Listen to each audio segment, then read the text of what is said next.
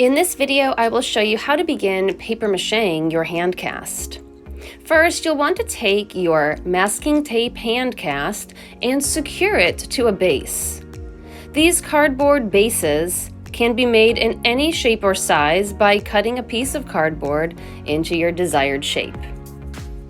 Secure with tape on all sides. Make sure that the tape goes underneath the base as well and around the base of the hand. Once secure, write your name on the bottom of the cardboard base. Now you are ready to begin paper macheing. Elmer's paper mache art paste is what we are using for this project. This paste comes in a powdered form that is mixed with 3.8 liters of water. It looks very slimy and feels very sticky. It's basically like a liquid glue. Each table should have 1 to 2 containers of the paper mache paste to use. Before getting your hands sticky with the art paste, tear some newspaper into strips. It's easiest to do this if you find the bumpy edged side of the newspaper and tear away from that edge. Once you have plenty of long strips of newspaper that are approximately 1 inch wide, divide up the length of them so that they are approximately as long as your hand, which is about 4 to 6 inches long. Once you have a good pile, you're ready to begin with the art paste. Take a strip, dip your fingers into the art paste, and smooth the art paste on the newspaper strip. Then apply the wet strip to your masking tape hand cast and smooth it down along all sides.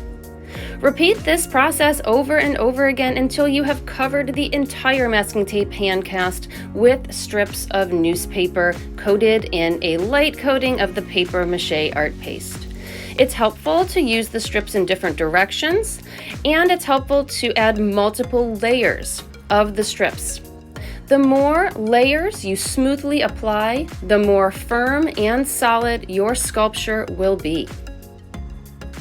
Work with both hands and don't be afraid of getting your hands sticky with the art paste. It washes off very easily with water.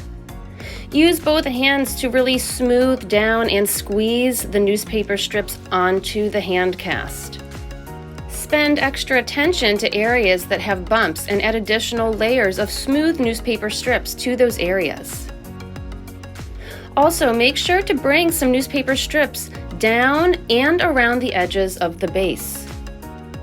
In the end, all visible parts of the masking tape hand sculpture and the entire top area of the base should be covered with at least 2 smoothed down layers of paper mache newspaper.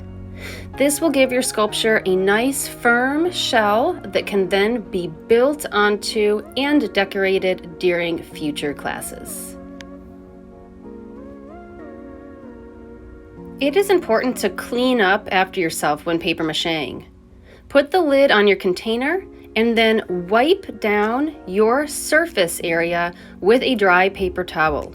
You do not need to add water. Wipe it down and absorb as much of the paper mache paste as you can and throw away all of your trash. Then, bring your sculpture to the drying rack where it can dry for at least 48 hours between class periods.